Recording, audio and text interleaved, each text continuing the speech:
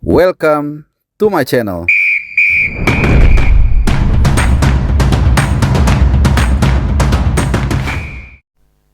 Halo, salam sehat, selamat hari Minggu dan juga selamat datang di CBH. Kali ini di hari Minggu yang cukup menyengat dan juga panas ini, dan juga bertepatan dengan hari kemerdekaan 17 Agustus. Tentunya kita punya semangat yang baru, semangat berapi-api juga untuk kali ini terus mendukung perjuangan Timnas Indonesia yang dalam waktu dekat akan menjalani 2 partai uji coba di Surabaya tanggal 5 dan juga tanggal 8 ya, menghadapi Kuwait dan Lebanon. Dan kemudian yang tentunya pasti ditunggu-tunggu adalah tanggal 8 dan 11 Oktober kita akan menjalani round 4 kualifikasi Piala Dunia menghadapi Saudi dan Irak. Nah, tentunya persiapannya melihat bagaimana kondisi para pemain terus akan kita lakukan, dan raport abroad dan juga dikombinasikan dengan raport timnas juga akan tetap menjadi sajian dari CBH kali ini. Ada banyak sekali bahan yang bisa kita share di kesempatan kali ini. Dan ini bukan semata-mata hanya bro, tapi juga para pemain yang berlaga di BSL ya. Ini ngomongnya atau ngucapinnya masih belum terbiasa. Kalau dulu kan Liga 1 lebih enak ya. Tapi nggak apa-apa. Jadi BRI Super League juga menyajikan pertandingan-pertandingan yang seru, yang tentunya kalau ada pemain tim nasionalnya dulu, karena keterbatasan waktu, tenaga, dan juga biaya pastinya ya. Jadi tapi gue akan berusaha untuk mengcover BSL juga. Nah, secara umum pekan ini teman-teman semua di hari Minggu yang cerah ini, yang mungkin kalian sedang santai, mungkin baru bangun dari tidur siang atau dengan orang-orang terkasih, gue mau share berita yang juga cerah ya. Jadi kita lihat bagaimana sejumlah pemain timnas di klubnya masing-masing ini performanya ciamik ya, jempol, pokoknya maksimum lah, semaksimum juga posisi dari klub-klub yang dibawa oleh beberapa pemain kita ke puncak klasemen. Bukan hanya menang, bukan hanya papan atas, tapi puncak klasemen. Walaupun nanti masih ada fluktuasi, baru 1-2 minggu, tapi ini sudah menjadi starter yang bagus. Good start, even though lebih penting juga bagaimana konsistensi selama musim ini dan juga di timnas. Nah, kita awali bincang-bincang rapor timnas kita kali ini dari mana dulu nih? Dari Thailand dulu lah ya. Dari Thailand nanti kita ke Indonesia, baru kita akan terbang ke Belanda. Ada Shane Patinama, Shane bersinar, walaupun ya kita harus akui ini adalah turun kasta ya, dari Challenger Pro League di kasta kedua sepak bola Liga Belgia ke Thai League. Tapi it's okay, it's a part of the life journey ya, bagaimana Shane Patinama kemarin menjalani laga perdana mengalahkan Lampun Warrior 3-2 ya. Sempat kejar-kejaran tapi akhirnya kemudian pertandingan diakhiri dengan kemenangan Buriram United ya. Shane Patinama bermain full tentunya sebagai left back dalam formasi 3-4-3. Jadi ini mirip banget dengan timnas Indonesia formasinya, menggunakan nomor punggung 20. Lumayan bagus permainannya ya, that's why dia bermain selama 90 menit. Dan again it's a good start, dan saat ini dia dari papan atas ya. Ada beberapa tim yang poinnya 3 juga. Jadi ini semua tergantung selisih gol. Keep up good work buat Shane Patinama. Setelah dari Thailand ya, kita kali ini ke Indonesia, tetangga sama-sama ASEAN. Di BSL ada Persija Jakarta, tim ibu kota yang berhasil ke puncak klasemen, literally ke puncak setelah mengemas kemenangan 3-0 dari Laskar Sambernyawa Persis Solo ya. 3-0 diraih di Manahan, di mana ini kemenangan kedua dalam 2 laga terakhir. Di pertandingan sebelumnya Macan Kemayoran menang 4-0 saat bermain di JIS. Dan dua-duanya tentunya kita berbicara ada beberapa pemain tim nasional di sana, terutama ada Rizky Ridho dan juga Jordi Amat, 2 pemain yang beda generasi tapi kemudian bahu-membahu bisa memberikan performa yang ciamik ya di 2 laga ini. Jordi Amat main full 90 menit di 2 laga tersebut.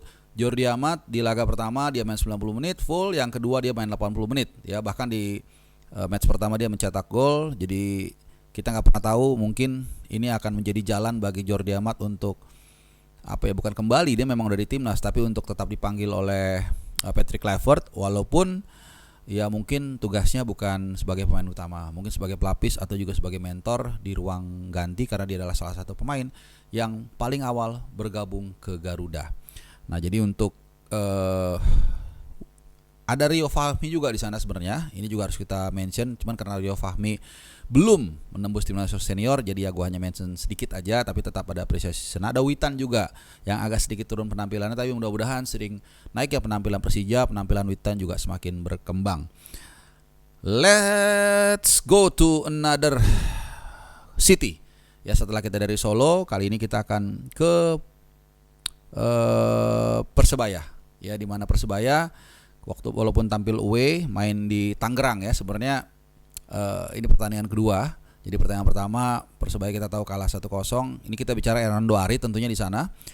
Di pertandingan kedua bermain di Indomilk Arena, bermain 1-0 ya. Jadi artinya clean sheet, dan di situ juga dia melakukan beberapa penyelamatan. Jadi cukup bagus walaupun di tengah persaingan yang begitu gegap gempita di bawah Mister Gawang. Ada dia mungkin layar ketiga bahkan keempat ya. Setelah ada Martin Paes dan juga ada Emil Laudero yang tentunya susah digeser. Bahkan masih ada Nadeo juga yang harus disaingi ya oleh Hernando Ari, tapi ya tetap semangat. Ini pemain yang beberapa kali gue ketemu, bahkan pernah ngobrol langsung di bandara di Qatar. Cukup lama, orangnya sangat firm, sopan, dan juga punya semangat.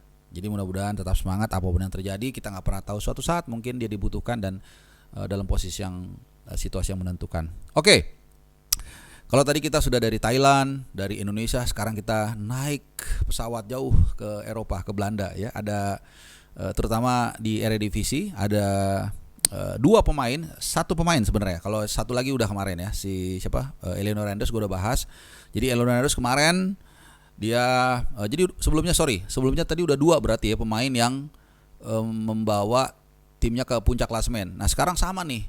Ada juga Calvin Verdong. Setelah sebelumnya di liga yang sama ada Eleanor Renders membawa Pek Zwolle ya, walaupun dua kali dia main sebagai pemain pengganti, tapi timnya menang dua kali dan clean sheet juga gitu. Kemudian di momen yang 24 jam kemudian gantian seniornya Calvin Verdong yang kemarin juga membawa Nijmegen menang 4-1 dari Heracles Almelo. Pertandingan tidak mudah, diawali mereka tertinggal 0-1 tapi kemudian membalikan menjadi 4-1. Gua rasa enggak usah terlalu panjang lebar gua bahas soal Calvin Verdong.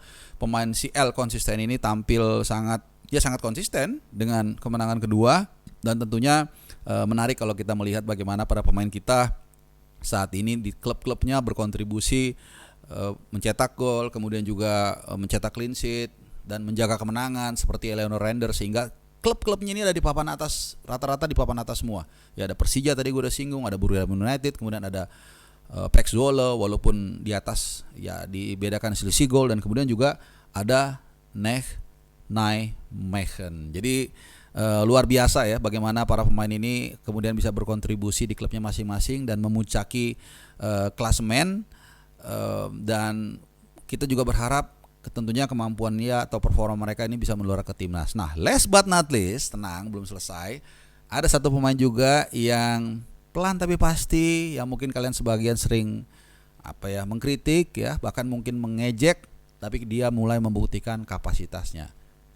Ramadan Sananta yang bermain di Brunei, Duli Pangeran Muda Mahkota. Nah, itu DPMM yang kemarin akhirnya mendapatkan kemenangan pertama mereka menghadapi Kucing 3-2 ya. Walaupun ada 3 gol tercipta, memang Ramadan Sananta tidak mencetak gol, tapi dia memberikan assist yang cukup bagus di gol yang pertama. Artinya dalam 3 pertandingan Ramadan Sananta sudah mencetak 1 gol dan 1 assist. Ini membuktikan bahwa dia punya kemampuan mencetak gol, dan di saat yang sama dia juga bisa memberikan assist atau memprovide kipas kepada rekan timnya. Betul, baru 3 pertandingan, memang ini belum terlalu bisa mengatakan apapun, tapi dari 1 kali kemenangan dari Kucing, kemudian 2 sama dari PDRM di pekan pertama sekali di Malaysian Super League, dan di pekan kedua memang mereka kalah 3-0 dari Selangor.